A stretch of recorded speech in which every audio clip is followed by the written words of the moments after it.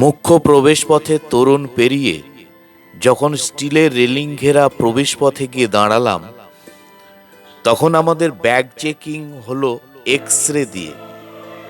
এই সময় যদি ব্যাগে still camera, movie camera, laptop, binocular এই জাতীয় জিনিসপত্র ধরা পড়ে, তাহলে সেগুলো এই চেকিং পয়েন্টে রেখে দিয়েই আপনাকে হাঁটা শুরু করতে হবে।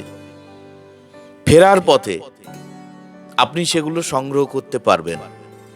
তাই আগে থাকতেই আমরা ক্যামেরা, চার্জার, ব্যাটারি হোটেলে মেন লাগেজের মধ্যে ছেড়ে এসেছিলাম। তবে এখানে মোবাইল ফোন, পাওয়ার ব্যাংক, ফোনের চার্জার অ্যালাউ আছে। এরপর আমরা যখন হাঁটতে শুরু করলাম, তখন ঘড়িতে রাত প্রায় 7:30। আমরা আগে থাকতেই ঠিক করে রেখেছিলাম যে সারা রাত হেঁটে ভোরবেলায় গিয়ে পুজো দেব। এর মূলত দুটি কারণ। এক হচ্ছে ভোরবেলায় ভীষণ ফাঁকা থাকে, একদমই লাইন পড়ে না মন্দিরে। আর দ্বিতীয় কারণ, মন্দির সকাল 6টা থেকে 7টা পর্যন্ত বন্ধ থাকে। আর এই 1 ঘন্টার মধ্যে যা লাইন পড়ে সেটা ফাঁকা হতে দুপুর গড়িয়ে যায়। সুতরাং আরও ওপরে ভৈরবনাথের মন্দির দর্শন করে দিনের দিন ফিরে যাওয়া আমাদের পক্ষে খুব মুশকিল হয়ে যাবে, কারণ সেখানেও রোপওয়ের লাইনে আমাদের দাঁড়াতে হবে।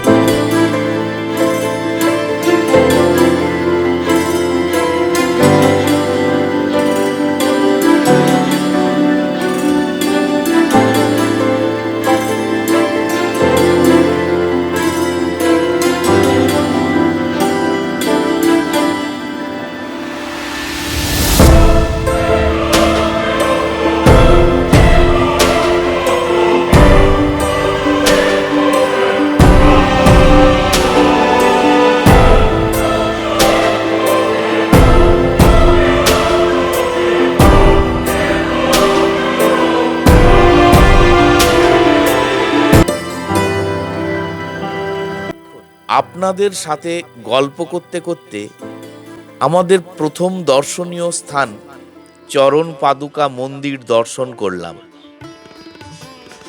কথিত আছে অসুর ভৈরবনাথকে মাতা রানী এখানে দাঁড়িয়েই পিছে ফিরে দেখেছিলেন।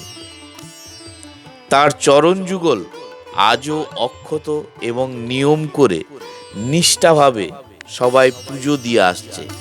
সেই জন্যই এই মন্দিরের নাম হয়েছে চরণ পাদুকা মন্দির।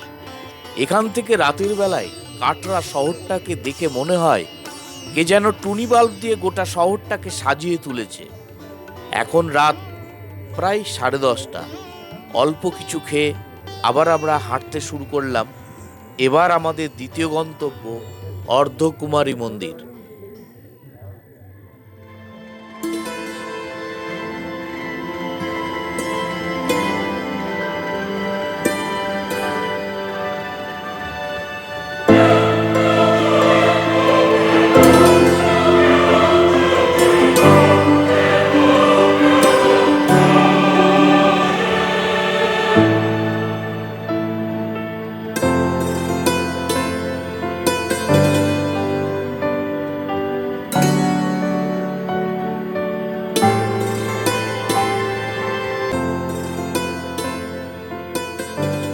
অবশেষে আমরা পৌঁছালাম অর্ধকুমারী মন্দির।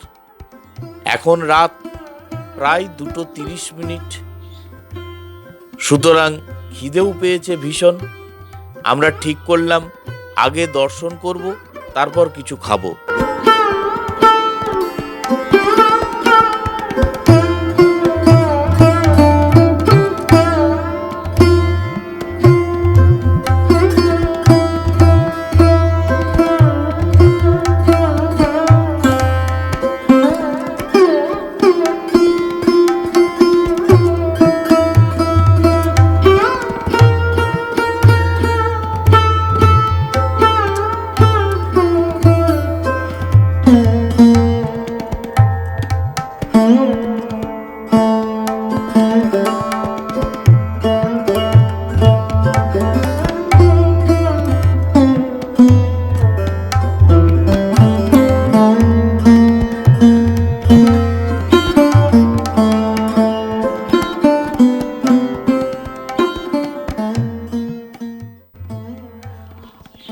আর এই যে যাদের শুয়ে থাকতে দেখছেন হাড় হিম করা ঠান্ডায় খোলা আকাশের নিচে, তারা সবাই কাল সকাল সকাল গর্ভগৃহ দর্শন করে মাতা রানীর উদ্দেশ্যে ঠিক এই পথে রওনা দেবেন।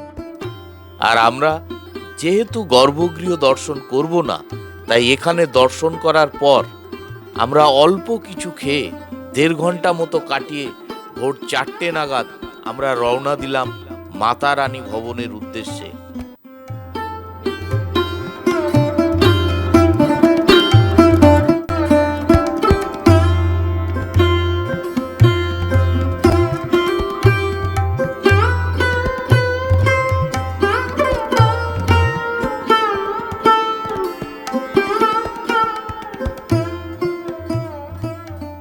প্রথমে আমি মাতা রানীকে দর্শন করে বেরিয়ে আসার পরই ওরা দর্শনে ঢুকলো,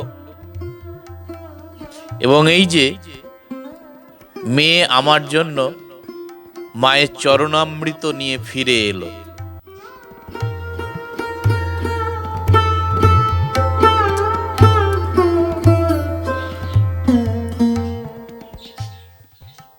এবার আমরা প্রস্তুতি নিলাম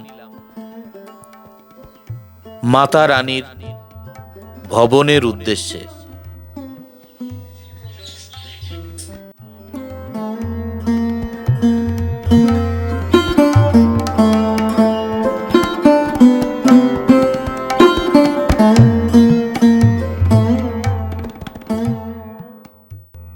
তাই আমার সাথে এবার বলুন, জয় মাতা দি।